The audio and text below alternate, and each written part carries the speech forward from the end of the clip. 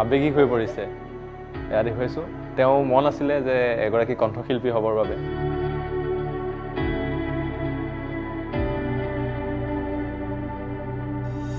কিবা আছে নেকি এনেকুৱা ধৰণৰ কথা যিবোৰে মনত খুন্দা মাৰি থাকে খুব দুখ লাগে নহয় দিয়া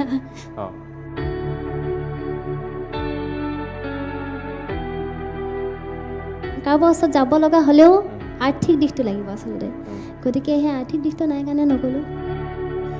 মোৰ তেনেকৈ সৰুৰ পৰা এটা সপোন পুহি ৰাখিছিলোঁ যে মই এগৰাকী গায়িকা হোৱাৰ সপোন আছিলে বৃন্দাবনৰ আৰে আৰে ময়ূৰাই ধৰে চালি কৃষ্ণ গোসাঁই বাঁশী বজাই নাচে হালি জালি নাগাৰা নামত আধুনিক গীতসমূহো তাত সুৰসমূহ সংমিশ্ৰণ কৰা হয় আমাৰ দিহানামত তেনেকৈ কৰা নহয় বৃন্দাবনৰ আৰে আৰে ময়ূৰাই ধৰে চালি কৃষ্ণ গোসাঁই বাঁশী বজাই নাচে হালি জালি নমস্কাৰ মই বিকাশ হৈছে টাইমিটৰ বিশেষ অনুষ্ঠানলৈ আপোনালোক সকলোকে স্বাগতম জনাইছোঁ আজি পবিত্ৰ ভাদ মাহৰ অন্তিম দিন আৰু অন্তিম দিনটোত আজি এইদৰে আমাৰ অনুষ্ঠানৰ আয়োজন কৰিছোঁ দিহানাম শুনিম এগৰাকী মৰিগাঁৱৰ যুৱতী সামাজিক মাধ্যমত যথেষ্ট ভাইৰেল হৈ পৰিছিলে আৰু সেই মৰিগাঁৱৰ যুৱতী হিমা বায়ন মোৰ সৈতে আছে প্ৰথমে হিমা বায়ন আৰু তেওঁৰ দলটোক আমাৰ টাইমিটৰ বিশেষ অনুষ্ঠানলৈ স্বাগতম জনাইছোঁ বিশেষকৈ কোৱা যায় দিহানাম আমি দিহানামৰ কথা বিশেষকৈ পাতা নহয় অনুষ্ঠানবোৰতো পাতা দেখিবলৈ পোৱা নাযায় আজি সেইবাবেই এই উদ্দেশ্যলৈ আমি দিহানামৰ বিষয়ে কিছু জানিবৰ বাবে দৰ্শকক কিছু জনাবৰ বাবে এই অনুষ্ঠানৰ আপোনালোকক অতিথি কৰিছোঁ কেইগৰাকীকে টাইমিটৰ বিশেষ অনুষ্ঠানলৈ স্বাগতম জনাইছোঁ প্ৰথমে যদি আমি দিহানাম বুলি কৈছোঁ দিহানাম এটাই যদি অনুষ্ঠানটো আৰম্ভ কৰিব পাৰোঁ নিশ্চয় ভাল লাগিব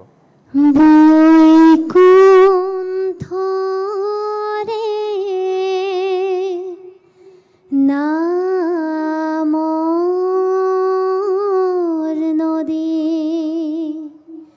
শংকৰ দেৱে নমাই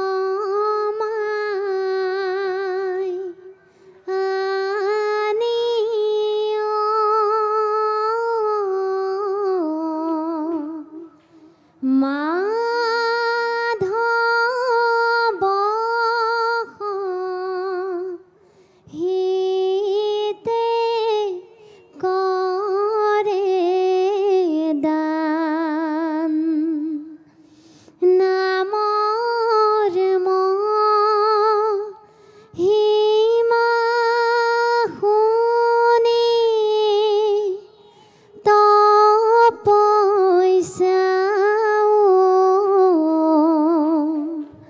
গুৰুৰে চৰণ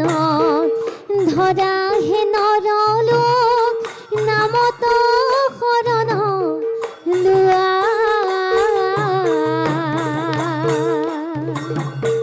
শাস্ত্ৰৰ তত্ত্বক জানি বুজি লৈ কৃষ্ণতে ভকতি কৰা এৰা দেৱৰ মধ্যত দৈৱকী নন্দন ধৰ্মৰ মধ্যত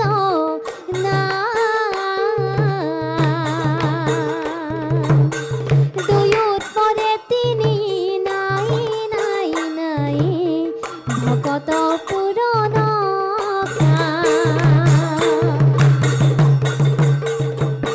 গুৰুৰে চৰণত ধৰা হে নৰলোক নামত শৰণ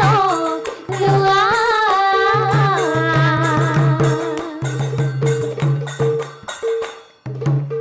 শাস্ত্ৰৰ তত্ত্বক জানি বুজি লৈ কৃষ্ণতে ভকতি কৰা ইমান সুন্দৰকৈ এটা নাম শুনালে একদম ভক্তিময়ভাৱে বিৰাজ কৰিলে কেতিয়াৰ পৰা শিকা হৈছে এইবোৰ কেতিয়াবা শিকা হৈছে মানে নাম আচলতে মই সৰুৰ পৰাই গাইছিলোঁ যেতিয়া মই মামা ঘৰৰ আইতা ককা মোৰ মানে সাংস্কৃতিক ক্ষেত্ৰত আগবঢ়া আছিলে যে মই সেই মামাহঁতৰ ঘৰতে ডাঙৰ হোৱা গতিকে সেইকাৰণে চাগে দিহানামৰ প্ৰভাৱটো মোৰ গাত আহিল আৰু লগতে মোৰ উপাধিও বায়ন যিহেতু গতিকে আমাৰ দেউতাকৰ পৰিয়ালো মানে সাংস্কৃতিৰ লগত জড়িত আছিলে তেনেকৈ সৰুৰ পৰা তেনেকৈ মুখে মুখে চলি অহা নামসমূহ গাই আছিলোঁ তাৰপাছতে আমাৰ দলটো লাহেকৈ মানে গোটেইখিনি লগ হ'লোঁ লগ হৈ তেনেকৈ ওচৰ চুবুৰীয়া গাঁৱতে মানে তেনেকৈ অনুষ্ঠানসমূহ কৰি আছিলোঁ তাৰপাছতে ভাবিলোঁ যে এজন গুৰু লাগে যিহেতু যিকোনো এটা বস্তু আমি কৰিব হ'লে গুৰু এজন লাগিব এবছৰ আগত যেতিয়া আমাৰ দিহানাম প্ৰতিযোগিতাখন পাতিছিলে গাঁৱতে তাতে মানে আমি দলটোৱে গাঁও হিচাপে অংশগ্ৰহণ কৰিছিলোঁ তাতে বিচাৰক আছিলে সন্মানীয় তুবুল ডেকা ডাঙৰীয়া তেখেতক লগ পালোঁ তেখেতে ক'লে তোমাৰ কণ্ঠটো ভাল যদিহে ভালকৈ শিকা তেনেহ'লে আগুৱাই যাব পাৰিবা কাৰণ কিছু বস্তু শিকিব লগা আছে তোমালোকৰ যিহেতুকে নিয়ম কানুন ভালকৈ নাজানা তেনেকৈ সেই বস্তুটো ডাঠ কৰি ল'লোঁ তাৰপিছতে গুৰুদেৱক আমাৰ ঘৰলৈ মাতিলোঁ সেই তুবুল ডেকা ডাঙৰীয়া তেখেতকে আমি গুৰু ভজি আমাৰ দলটোৱে তেখেতক যিহেতু গুৰু ভজিলোঁ তেখেতে আমাৰ দলটোৰ নাম দিলে নৱউদ্দিন দামোদী দল কাৰণ আমি নতুনকৈ আকৌ শিকিছোঁ আগতে গাই থকা সময়তো মুখে মুখে চলি থকা আছিলে গতিকে তেনেকৈ ছাৰে নাম দিলে আৰু তেনেকৈ আমি দিহানাম প্ৰতিযোগিতালৈ আগবাঢ়িলোঁ আৰু প্ৰতিযোগিতালৈ যেতিয়া আগবাঢ়িলোঁ তাতে মানে ইউটিউবাৰ দাদাসকলক লগ পাওঁ আজিকালি যিহেতু সামাজিক মাধ্যম সকলোতে থাকে তেনেকৈ ৰাইজে আদৰি লৈছে সেইসমূহ ভিডিঅ' পাছৰ পৰা মানে মুকলি অনুষ্ঠানসমূহ যথেষ্ট পোৱা হ'লোঁ ৰাইজৰ মাজত কৰিবলৈ তেনেকৈ চলি আছে মানে সামাজিক মাধ্যমত তাৰপিছত দিহানাম অনুষ্ঠানবোৰ কৰাৰ পিছতে ভাইৰেল হ'ল হয় তেনেকৈ ভাইৰেল হ'ল আৰু কথাটো কোৱা হয় যে দিহানাম কিছুমান লোকে ক'ব বিচাৰে যে দিহানামটো যুৱ প্ৰজন্মই অলপ বিকৃত কৰিছে কিবা নৃত্য প্ৰদৰ্শন কৰি এনেকুৱা ধৰণৰ কিছুমান কোৱা হয় কিন্তু আপুনিও যুৱ প্ৰজন্ম আপোনাক তেনেকুৱা যিবোৰ অনুষ্ঠান দেখিছোঁ তাত তেনেকুৱা ধৰণৰ দেখিবলৈ পোৱা নাযায় কিয় মানে দিহানামটো সঁচাকৈ এনেধৰণৰ লোকে বিকৃত কৰিছে বুলি তুমি ভাবা নেকি তেনেকুৱাসমূহ প্ৰশ্ন কৰিলে আচলতে মোৰ অকণমান ক'বলৈ অসুবিধা হয় কাৰণ মই যিহেতুকে নতুনকৈ শিকিছোঁ গতিকে বেলেগ এজনৰ বিষয়ে বা বেয়াকৈ বা তেনেকৈ মই ক'ব নোৱাৰোঁ কিন্তু মানে মই যিমানখিনি জানো অন্য অনুষ্ঠানসমূহতকৈ আমাৰ দিহানামৰ অনুষ্ঠানখিনি সুকীয়া কাৰণ সেইটো এটা ভক্তিমূলক পৰিৱেশত থাকে যিহেতু গতিকে মই নাগাৰা নাম বেয়া নাপাওঁ দেই ভাল পাওঁ তথাপি মানে তাইৰ লগত কিছুমান পাৰ্থক্য আছে যেনেকৈ নাগাৰা নামত আধুনিক গীতসমূহো তাত সুৰসমূহ সংমিশ্ৰণ কৰা হয় আমাৰ দিহানামত তেনেকৈ কৰা নহয় গতিকে তেনেকৈ মই ভাবোঁ বিকৃত আজিকালি হৈছে মানে কি আচলতে তেনেকৈ কওঁ বুলি আচলতে কাৰো তেনেকৈ কৰা নহয় আমাৰ দিহানামৰ ক্ষেত্ৰত বেলেগসমূহ ক'বলৈ নাযাওঁ আমাৰ দিহানামসমূহ এতিয়াও বৰ্তমান তেনেকৈ মই দেখা নাই যে বেছিকৈ বিকৃত হৈছে বুলি তথাপিও কেতিয়াবা এনেকুৱা হয় অনুষ্ঠানসমূহ কৰিব যাওঁতে মানে সকলো ঠাই একে নহয় সকলো ঠাই বেলেগ বেলেগ মানুহসমূহৰ পচন্দ বেলেগ বেলেগ ৰাইজৰ গতিকে উজনি নামনি মধ্য অসম গোটেইখিনিতে সুকীয়াকৈ মানে বিচাৰে বস্তুখিনি গতিকে আমি যেতিয়া মানে মধ্য অসমত যেনেকৈ মৰিগাঁও নগাঁৱত আমি যেতিয়া অনুষ্ঠানসমূহ কৰোঁ তেতিয়া আমাক দিহানামতকৈ বেছিকৈ মানে আখ্যানমূলক নামসমূহ বিচাৰে তেতিয়া মানে সেই আখ্যানমূলক নামসমূহ গাব যাওঁতে আপোনাৰ ধৰক এতিয়া হৰগৌৰী বিবাহ আখ্যানেই হওক বা সাবিত্ৰী সত্যমাত বিবাহ আখ্যানেই হওক তেনেকুৱা সময় আখ্যান গাবলৈ গ'লে যিহেতু বিয়া আখ্যান গতিকে তাত অকণমান বিয়া নাম হওক বা কিবা অকণমান ৰহণ সানিব লগা হয় কাৰণ অনুষ্ঠানটো ৰঙীন কৰিবৰ বাবে তেনেকুৱা কিছুমান পৰিস্থিতি হয় তেনেকুৱা এটা আমি আখ্যান শুনিম অকণমান যদি বেছি নুশুনিলেও অকণমান আপুনি যেনেকৈ ৰহণ খানা কথা ক'লে সেইখিনি আমি অকণমান শুনিম তাৰপাছত আমি বেলেগ কথা পাতিম প্ৰথমে যদি আমি তেনেকুৱা এটা শুনিব পাৰোঁ কিবা কৈছে যিহেতু গাঁও কোনো ৰাইজে দায় দোষ নধৰিব কাৰণ সকলো ঠাইসমূহ বেলেগ বেলেগ মানুহৰ পচন্দ বেলেগ বেলেগ গতিকে আমিও কেতিয়াবা অকণমান বিয়ানাম ৰহণ সানিব লগা হয় তাতে ভুল নুবুজিব কোনো মেনকা ৰঙিহে কি হৰে উৰলি বিয়াৰে আয়োজন কৰে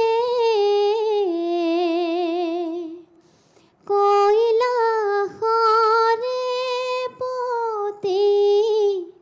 মহাদেৱ গোসাঁয়ে কইনা খুজিব আহে যেতিয়া নেকি মহাদেৱ গোসাঁই কইনা খুজিব আহিল তাৰ পাছতে অকণমান মানে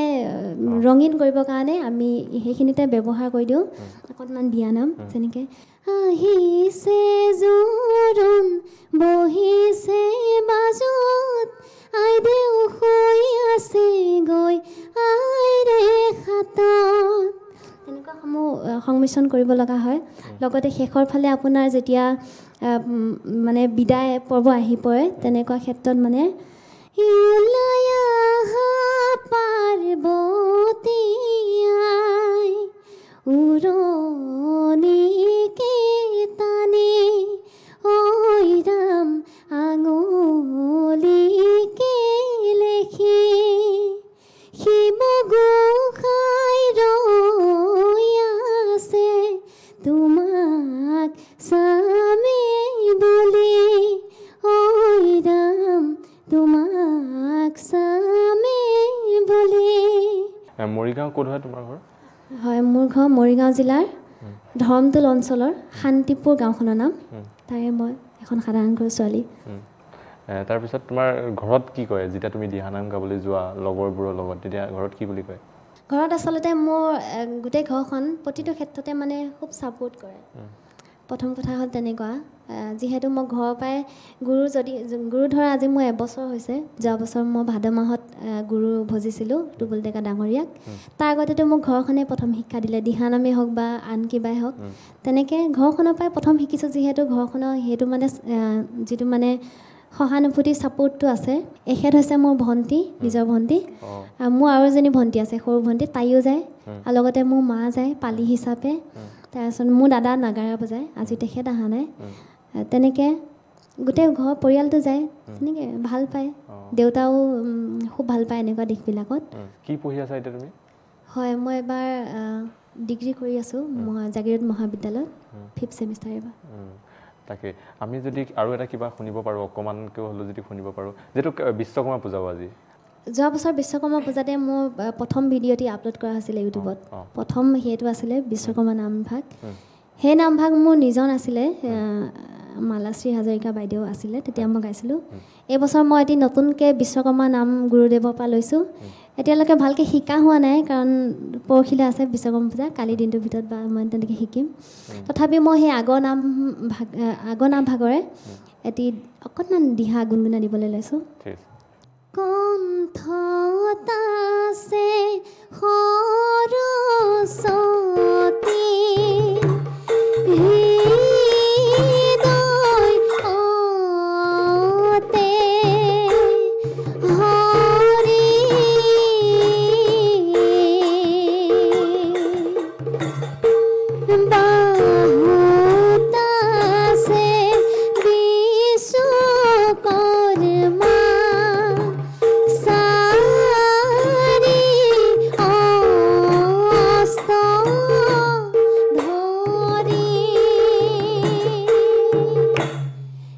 ভৱিষ্যতে কি হোৱাৰ মন মোৰ তেনেকৈ সৰুৰ পৰা এটা সপোন পুহি ৰাখিছিলোঁ যে মই এগৰাকী গায়িকা হোৱাৰ সপোন আছিলে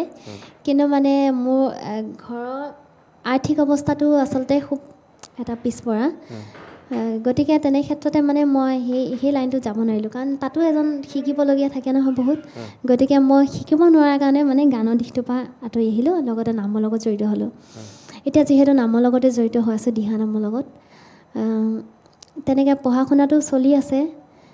এনেকুৱা নহয় যে ডক্টৰ ইঞ্জিনিয়াৰ হ'ম মোৰ কিবা সপোন আছে তেনেকুৱা নাই যদি কিবা পাৰোঁ চেষ্টা কৰিম কিবা জব এটা কৰিব কাৰণ নাম গাইতো গোটেই জীৱন খাব নোৱাৰি গতিকে কিছু দায়িত্বও আছে গতিকে চেষ্টা কৰিম কিবা যদি কৰিব পাৰোঁ লগতে দিহানামৰ ক্ষেত্ৰত মই কৃষ্ণ জন্মাষ্টমী উপলক্ষে শ্ৰী কৃষ্ণ জন্মাষ্টমী উপলক্ষে এভাগ নাম আমাৰ দলটোৰ সহযোগত বাণীবদ্ধ কৰিলোঁ গুৱাহাটীৰ ড্ৰিমছ ষ্টুডিঅ'ত সেই নামভাগ আগবঢ়াই দিয়া হৈছে অনুপম বিতুপন ইউটিউব চেনেল লগতে হিমাবায়ন দিহানাম অফিচিয়েল চেনেলটোত তুমি যে কৈছা আৰ্থিক অভাৱৰ বাবে গানটো ছিংগাৰ হোৱাৰ যিটো সপোন আছিলে সেই সপোনটো বাদ দিবলগীয়া হ'ল বুলি কিয় আৰ্থিক প্ৰতিভা থাকিলে যি ঘৰৰ অৱস্থা বেয়া তাৰো ল'ৰা ছোৱালী ছিংগাৰ হৈছে তুমি সেইটো কেলে ভাবিলা এতিয়া হতাশ কিয় হ'লা মানে আচলতে বৰ্তমান সময়ত মই যিমানখিনি জানো ইমান মোৰ কথা কৈ অভ্যাস নাই দেই কেতিয়াবা মানে কোনোবাখিনিত ভুল হৈ যাব পাৰে মানে আজিকালি দেখিছোঁ ছ'চিয়েল মিডিয়া সামাজিক মাধ্যমৰ দ্বাৰা মানে যিকোনো বস্তু এটা কৰিবলৈ সহজ বুলিয়ে ক'ব লাগিব কাৰণ আজিকালিতো ৰীল বনায়ো এক্টিঙৰ লগত জড়িত হ'ব পাৰে তেনেকৈ ভিডিঅ' এটা গান গাই দিলেও আজিকালি ভাইৰেল হয় তেনেকৈ আগবাঢ়ি যাব পাৰে কিন্তু মোৰ আচলতে সামাজিক মাধ্যমৰ লগত জড়িতটো খুব কম মানে বহুত দিনৰ পাছতহে মই মোবাইল ব্যৱহাৰ কৰিছিলোঁ গতিকে যেতিয়া মই সৰু আছিলোঁ তেতিয়া মোৰ সপোনটো আছিল আৰু তেতিয়া মই ভাবোঁ এনেই গাই থাকিলে তাতকৈ মই ভাবোঁ যদি মই অকণমান শিক্ষা গ্ৰহণ কৰোঁ সেই বিষয়টোক লৈ তেতিয়া কিজানি মই মানে ভালকৈ গাব পাৰিম বুলি মই অনুভৱ কৰোঁ গতিকে মই শিকা মন আছিলে সাৰেগামাপা এনেকৈ মানে সংগীতৰ ক্ষেত্ৰত যিখিনি শিকিবলগীয়া শিকিম বুলি ভাবিছিলোঁ মানে নিশিকাকৈ মই আগবাঢ়িবলৈ ভয় লাগে কাৰণ শিকিবলৈ কিয় নোৱাৰিলা শিকিবলৈ মানে আচলতে কি তেনেকুৱা ঘৰুৱা আমাৰ মানে কোনো নাছিলে যে মানে গানৰ ক্ষেত্ৰত শিকাই দিয়ক বা বুজাই দিয়ক গতিকে আনুষ্ঠানিকভাৱে শিক্ষা গ্ৰহণ কৰিবলৈতো এখন বিদ্যালয় বা কোনোবা এজন গুৰু ধৰিব লাগিব সেই তেনেকৈ কাৰোবাৰ ওচৰত যাব লগা হ'লেও আৰ্থিক দিশটো লাগিব আচলতে গতিকে সেই আৰ্থিক দিশটো নাই কাৰণে নগ'লোঁ তেনেকুৱা কাৰণ মোৰ দেউতা আছিলে ভেঞ্চাৰ স্কুল এখনৰ চকীদাৰ বৰ্তমানো কৰি আছে আমি জন্ম নোহোৱা দিনৰ পৰা কৰি আছিলে তেতিয়াতো ভেঞ্চাৰ আছিলে এতিয়া বৰ্তমান আজি এবছৰ নাই দুবছৰ হ'ব মানে গভৰ্ণমেণ্টৰ লিষ্টত আহিছে আৰু নতুনকৈ তেনেকৈ অসুবিধা হয় কেতিয়াবা হয় হয় চকু কৈ থাকোঁতে চকুটো অলপ জলজলীয়া নিচিনা হৈ গৈছে কিবা আছে নেকি এনেকুৱা ধৰণৰ কথা যিবোৰে মনত খুন্দা মাৰি থাকে সুখ দুখ লাগে নহয় এতিয়া অঁ কি হৈছে এনেকুৱা কিবা আছে নেকি যিটো দৰ্শকক ক'ব পাৰি যিহেতু দেখিছোৱেই চকুত দেখিব পাইছোঁ দুইগৰাকী ভণ্টি আৰু বাইক আজি ষ্টুডিঅ'ত এনেধৰণে চকু জলজলীয়া হৈ পৰিছে নিশ্চয় কিবা আঁৰৰ কিবা কথা আছে যিটো মনত খুন্দা মাৰি আছে আচলতে নাই কিন্তু মানে যদিও আৰ্থিক দিশটো পিছপৰা কিন্তু দেউতাই মানে এনেকুৱা কেতিয়াও মানে অভাৱটো তেনেকৈ অনুভৱ কৰিব দিয়া নাই দুদিন পিছত হ'লেও সেই অভাৱখিনি মানে পূৰণ কৰিব চেষ্টা কৰিছিলে তেনেকুৱা আৱেগিক হৈ পৰিছে এয়া দেখুৱাইছোঁ তেওঁ মন আছিলে যে এগৰাকী কণ্ঠশিল্পী হ'বৰ বাবে যিখিনি শিক্ষা তেওঁ অৰ্জন কৰিব লাগে সেই শিক্ষাখিনিৰ বাবে তেওঁ অৰ্জন কৰিব নোৱাৰিলে আৰ্থিক অভাৱৰ বাবে মই দেখুৱাইছোঁ তেওঁৰ লগতে ভগ্নী আছে ভগ্নীও এইদৰে ভাগি পৰিছে দুয়োগৰাকী তোমাৰ ভগ্নীৰ নাম তোমাৰ নমস্কাৰ মোৰ নাম আশামণি বায়ন তুমি কি কৰি আছা ময়ো বৰ্তমান পঢ়ি আছোঁ কি পঢ়ি আছা একাদশ শ্ৰেণীৰ ছাত্ৰী অসুবিধা হয় তোমালোকৰ মন যোৱাৰ পিছতো সেই কামটো কৰিব পৰা নাই তোমাৰ বাৰে এনেকুৱা নহয় দে আজি মানে কি আৱেগিক হৈছোঁ দেউতাকে চালে কষ্ট পাব কাৰণ তেনেকৈ আমাক মানে কি হয় অভাৱিক হয় কিন্তু মানে তেনেকুৱা নহয় যে কিছুমান বস্তু এতিয়া যদি মই দেউতাক ক'লোঁ হয় যে দেউতা মোৰ গায়িকা হোৱাৰ ইচ্ছা আছে বা এনেকৈ কিবা কৰিব ইচ্ছা আছে দেউতা নিশ্চয় চেষ্টা কৰিলে হয় কিন্তু আমি পৰিৱেশটো চাই নিজে নকওঁ তেনেকুৱা নিচিনা কথা আৰু তেনেকৈ যদি কিবা এনেকুৱা নহয় যে আমি কিবা বহুত অসুবিধা ডাঙৰ হৈছোঁ তেনেকুৱা নহয় আৰ্থিক দিশটো পিছপৰা আছিলে তথাপি মানে যদিহে আমি দেউতাক কওঁ যে আমাক এনেকুৱা এটা বস্তুৰ প্ৰয়োজন হৈছিল আজি নোৱাৰিলেও অহাকালি মানে পিছদিনাখন দিবলৈ চেষ্টা কৰিছিল তেনেকুৱা আৱেগিক হৈ পৰিছে দুয়োগৰাকী আমি সেই আৱেগিকৰ পৰা ওলাই আহোঁ সকলো থাকেই কিছুমান ঘটনা চবৰে জীৱনতে আমি সেইবোৰৰ পৰা ওলাই আহি যদি আৰু এটা কিবা সৰুকৈ অকণমান যদি শুনিব পাৰোঁ দিহা নাম এটা এইবাৰ মই শ্ৰীকৃষ্ণ এভাগ ৰাসলীলা নাম এভাগ গাবলৈ লৈছোঁ বনমালী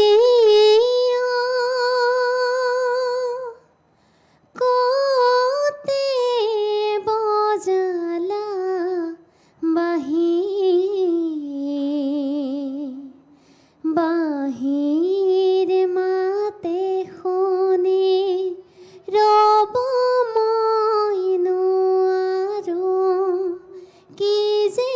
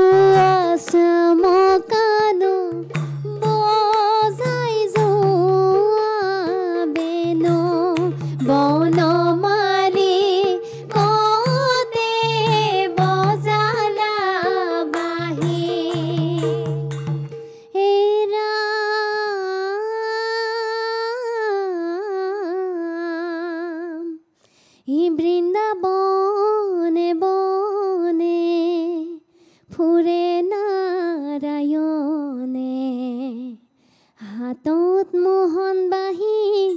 লয়ে ৰাম ই 16 গোপীয়ে বিচাৰি ফুৰিলে তুলসীৰ মালা লয়ে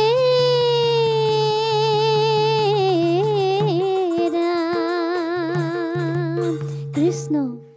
ক'ত গ'ল কৃষ্ণ কলিয়া কানাই 16 গোপিনীয়ে বিচাৰি নাপায় কদম তলে কানাই আছে ৰৈ ৰাধিকা সুন্দৰীক লগতে লৈ ক'ত গ'ল কৃষ্ণ কলিয়া কানাই 16 গোপিনীয়ে বিচাৰি নাপায় কদম তলে কানাই আছে ৰৈ ৰাধিকা সুন্দৰীক লগতে লৈ বৃন্দাবনলৈ যাব নোৱাৰি গকুলে নচলে ভৰি পথি পুতৰি তোমাকে ভজিলো যাওঁ কোন সতেৰি ক'ত গ'ল কৃষ্ণ কলিয়া কানাই 16 গোপিনীয়ে বিচাৰি নাপায় কদম তলে কানাই আছে ৰৈ ৰাধিকা সুন্দৰীক লগতে লৈ ইমানবোৰ নাম কেনেকৈ মনত ৰখা হয় এতিয়া কিছু লোকে বহি মেলি গাই গোৱা দেখিবলৈ পোৱা যায় এতিয়া এনেধৰণে কেনেকৈ মনত ৰখা হয় হয় সেইটো আচলতে ভগৱানে দিয়া এটা শক্তি বুলিয়ে ক'ব লাগিব কাৰণ পঢ়া শুনা হ'লে ইমান মনত নাথাকে যিমানখিনি নাম মনত ৰাখিব পাৰোঁ আৰু বিশেষকৈ বেলেগ আমাৰ দিহানামৰ নামতিসমূহ আছে যিসমূহে মানে কিছু কিছুৱে বহি চাই গায় কিন্তু মানে মোৰ তেনেকৈ হ'লে অসুবিধাহে লাগে মানে মোৰ মানে মুখস্থ গাই বেছি ভাল লাগে তেনেকৈ সেইটো ঈশ্বৰ দিয়া গুণ বুলিয়ে ক'ব লাগিব তেনেকৈ বহুত বহুত ধন্যবাদ জনাইছোঁ গোটেই কেইগৰাকীকে যে মোৰ ইমান এটা আপোনালোকৰ ব্যস্ততাপূৰ্ণ জীৱনৰ পৰা অলপ সময় আমাক দিলে তাৰ বাবে আপোনালোকক বহুত বহুত ধন্যবাদ জ্ঞাপন কৰিছোঁ যদি আপোনালোকৰ প্ৰতিগৰাকীয়ে যদি আপোনালোকৰ চিনাকিটো দিয়ে অলপ ভাল লাগিব আপোনাৰ পৰাই কওঁ আপোনাৰ নমস্কাৰ মোৰ নাম মহামণি বায়ন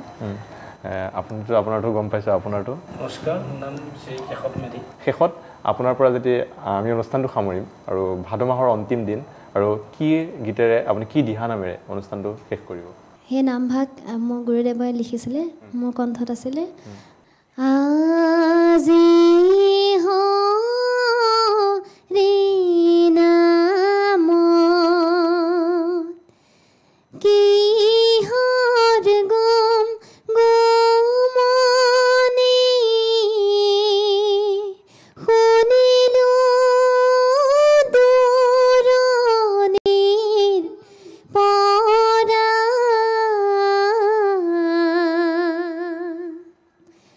নদ নদ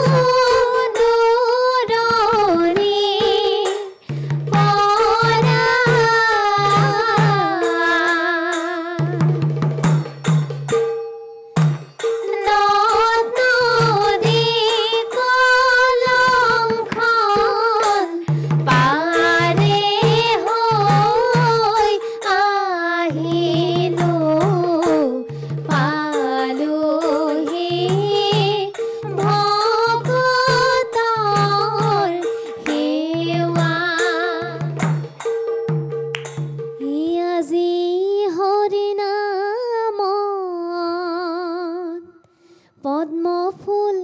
ফুলিছে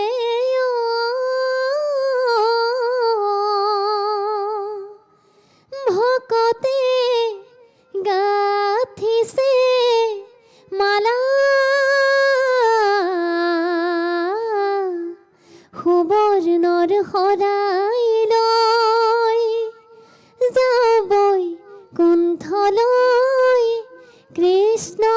কানুংগই বলা ঐ ৰাম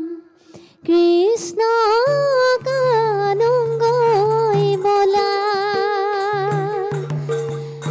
আজি হৰি নামত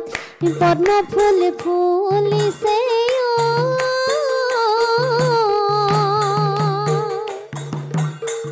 ভকতে গাথিছে মালা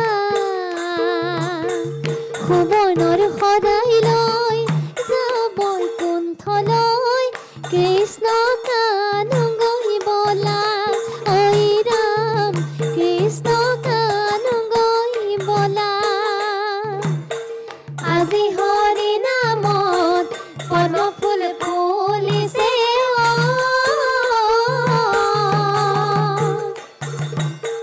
ভকতে গাথিছে মালা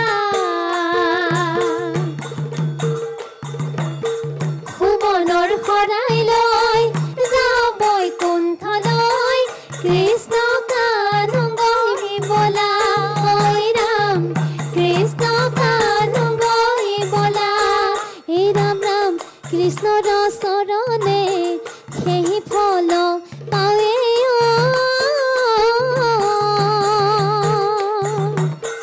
কি কৈব আৰু বিস্তাৰ কৃষ্ণক দেখিয়া প্ৰণাম কৰিয়া হবে পপুই কলো কৰ ঐ ৰাম হবে পপুই কলো কৰ আজি হৰি নামত পদ্ম ফুল ফুলিছে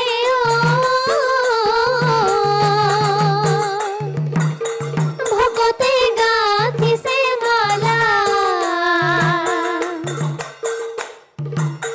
সুবৰ্ণৰ শৰাই লৈ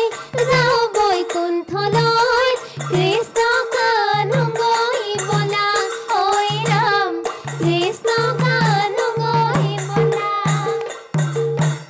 হাত মেলি চাপৰি ধৰা হেয়াই সকল হাত মেলি চাপৰি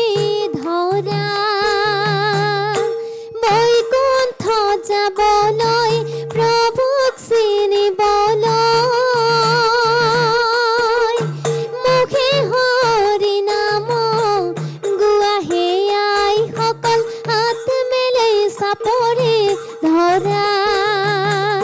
হাত মেলি চাপৰি ধৰা হেয়াই সকল হাত মেলি চাপৰি ধৰা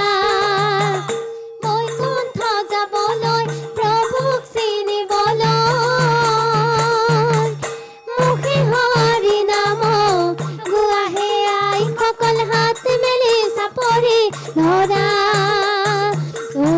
হে মন ৰাম নামে তৰা হে মন কৃষ্ণ নামে তৰা ও হে মন ৰাম নামে তৰা হে মন কৃষ্ণ নামে তৰা এই ৰাম ৰাম হৰি ললো হৰি